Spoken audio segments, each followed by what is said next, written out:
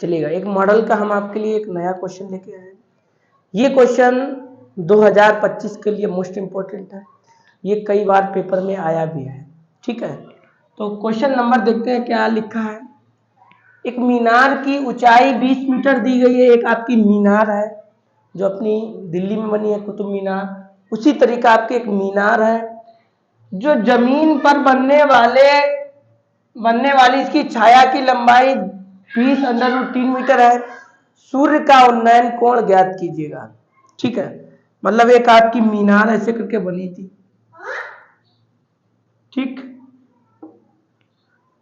क्या है यार, क्यों अति जोते। ठीक है, आपकी ये मीनार थी। इस मीनार की ऊंचाई कितनी दी गई है आपको? इस मीनार की ऊंचाई आपको 20 मीटर दी गई है। इतना हो गया। मीनार की ऊंचाई 20 मीटर है, जमीन पर बनने वाली इसकी छाया, और इसकी छाया कितनी बन रही है? ठीक,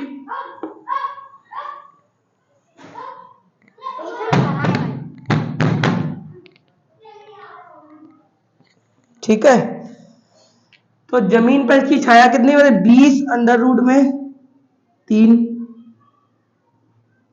मीटर।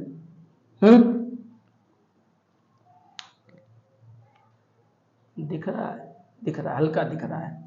ठीक है, यहां पे लिखा है सूर्य का उन्नयन कोण ज्ञात कीजिएगा।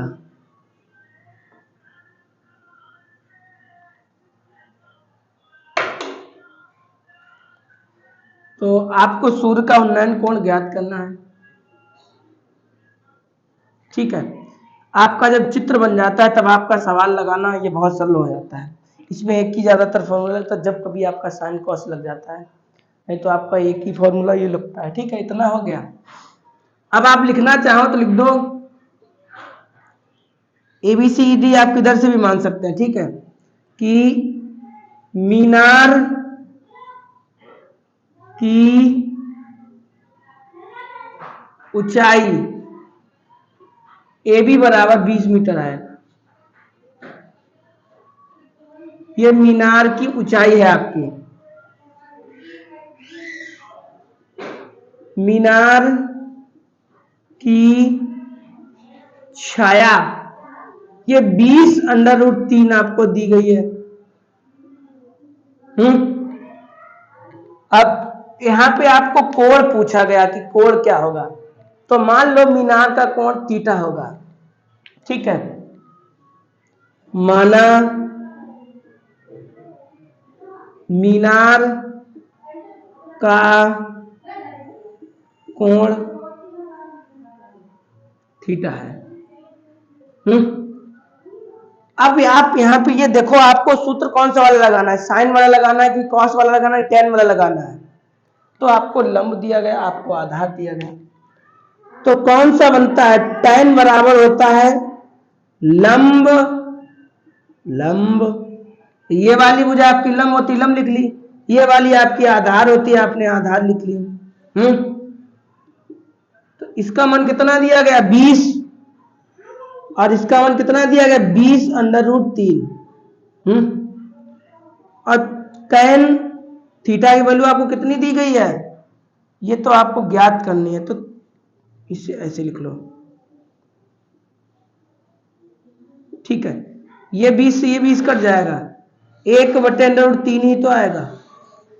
अब आप ध्यान करिएगा, अगर आपको सारणी याद हो कि कहां पर या किसका मान 1/√3 होता है tan में, तो tan 30 का होता है।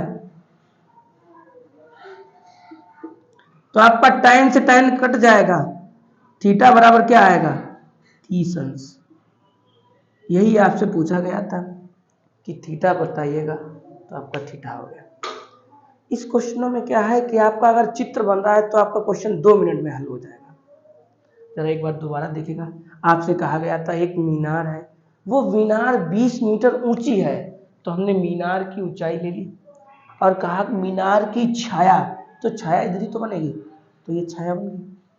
फिर ये कहा गया था कि सूर्य का उन्नयन कोण ज्ञात कीजिए, तो कोण ऐसे तो बनाएंगे आप, और सूर्य आपका यहीं कहीं पे तो होगा, इसी का कोण ऐसे बनता है। अब जैसे मान लो आपको सूर्य ना देखो दिख रहा हो, तो ऐसे करके आप देखो, आपका सूर्य इधर निकलता है, तो आपका कोण यही तो सीधा बन रहा है ऐसे करके, और यही तो देखो हमने ऐसे करके बनाया है, बन रहा है, तो बन गया। तो आपको यही याद करना, तो आप लिख लो कि माना सूर्य का उन्नयन कोण थीटा है।